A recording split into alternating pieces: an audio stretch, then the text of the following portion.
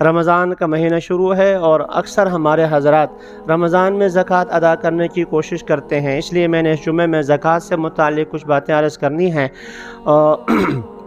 زکوٰۃ کی فرضیت سے متعلق، زکوٰۃ کا نصاب سے متعلق، اور جو ہم سے کوتاہیاں ہوتی ہیں اور غلط فہمیاں ہیں ان کو دور کرنے کی بہت مختصر انداز میں کوشش کروں گا۔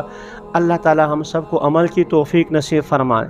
یہ مال و دولت جو کچھ ہے یہ ہمارے اپنی کمائی نہیں ہے۔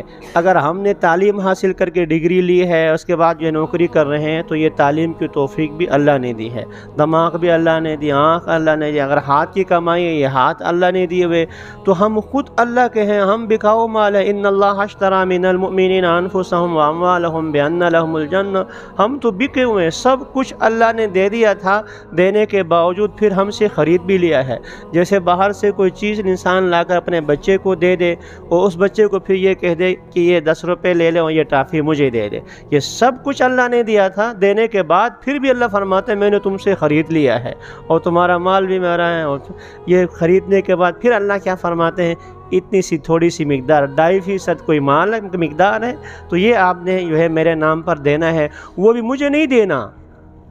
پہلی امتوں میں تو یہ ہوتا تھا مال غنیمت ہے، صدقہ خیرات ہے تو دور جا کر رکھ دیا، اوپر سے آسمان سے آگ آتی تھی اور جلا کے ختم کرتی تھی۔ یہاں اللہ نے فضل فرمایا اس امت محمدیہ، رسول اکرم صلی اللہ علیہ وسلم کے طفیل، وہ جو اللہ کو دے رہے ہیں ہم، وہ بھی ہم اپنے بھائی کو دے رہے ہیں، اپنی بہن کو دے رہے ہیں، اپنی خالہ کو دے رہے ہیں، پھپھی کو دے رہے ہیں، ماموں کو دے رہے ہیں، اپنے کسی مسلمان بھائی کو دے رہے ہیں، اپنا ہی فائدہ ہے۔ تو پھر بھی اگر اس میں ہم کوتاہی کریں تو اپنا ہی کوتاہی ہے، اپنا ہی نقصان ہے، اللہ کا کیا نقصان ہے۔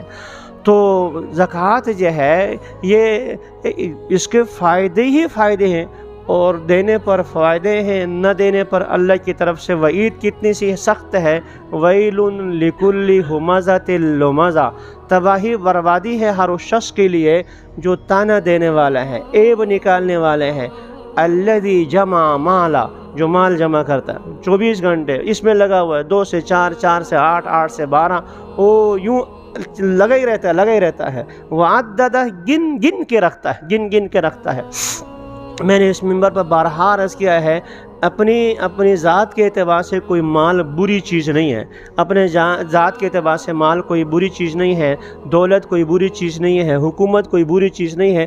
یہ اللہ تعالیٰ نے انبیاء کو بھی عطا فرمائی ہے۔ داؤد علیہ السلام کو حکومت کی، سلیمان علیہ السلام نے وہ حکومت کی، نہ کوئی پہلے کر سکتا ہے، نہ آئندہ ایسی حکومت آئے گی۔ ہوا پر حکومت ہے، چاند اس میں جنات پر بھی حکومت ہے، تو یہ کوئی بری چیز نہیں ہے۔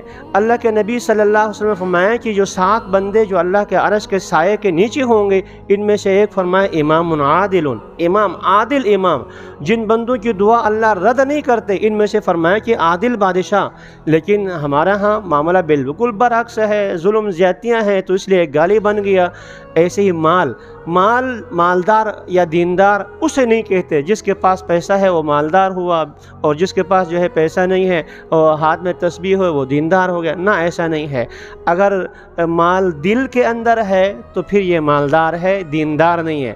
اور اگر مال دائیں بائیں آگے پیچھے ہر طرف مال ہی مال ہے، لیکن اس کا دل جو اللہ کے ساتھ لگا ہوا ہے اور اس مال میں اللہ تعالیٰ کے حقوق ادا کرتے ہیں، عثمان غنی رضی اللہ تعالیٰ عنہ، عبد الرحمن بن عوف رضی اللہ تعالیٰ عنہ، تو پھر یہ جو ہے لاکھوں کروڑوں اربوں کا مالک ہونے کے باوجود بھی یہ دیندار ہے، اور اس کی وجہ سے خیرخواہی ہے۔